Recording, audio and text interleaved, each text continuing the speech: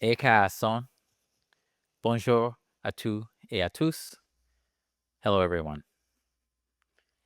Changes in the healthcare landscape from the CMA's beginning in 1867 to today are as vast as the distance from Nunavut to Victoria to St. John's.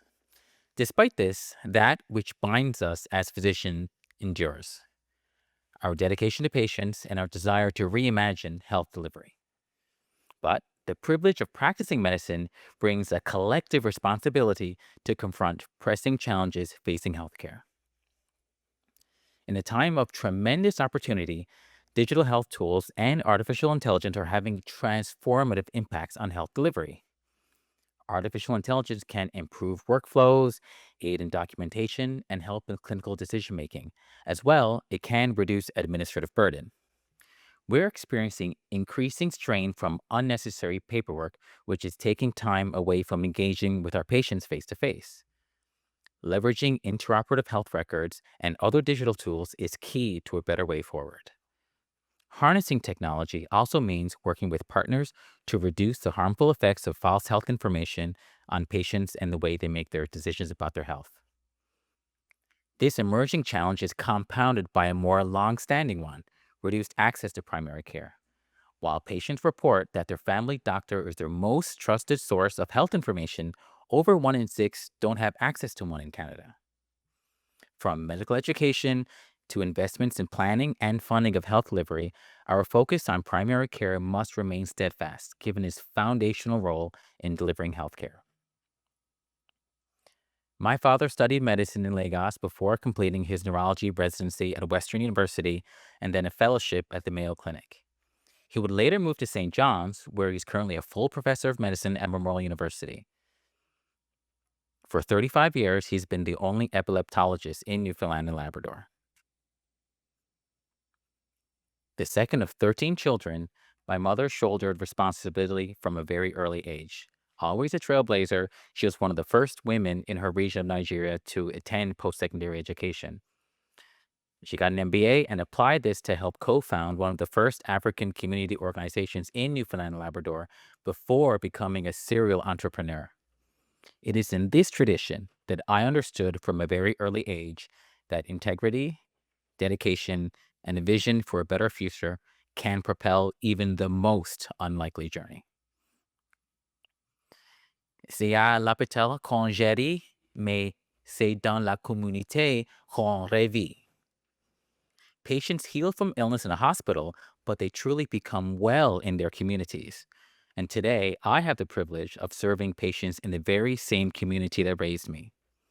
We need greater support for community-based practices to enable doctors to be able to meet patients where they are.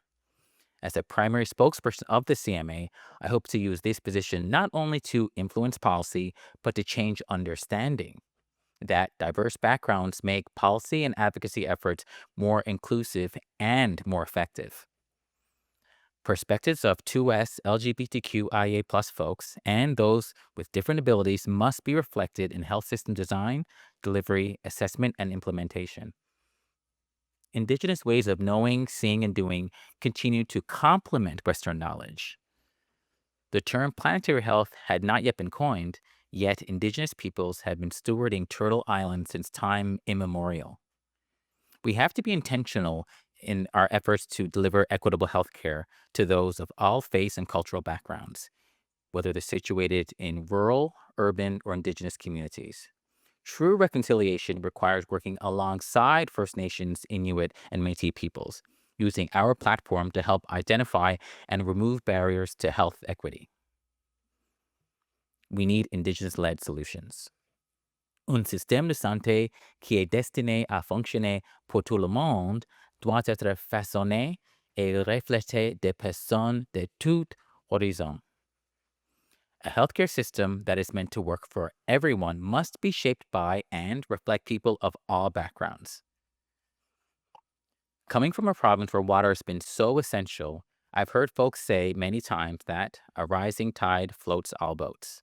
And indeed, when we're intentional about improving the health of the most marginalized, all of society benefits as a whole.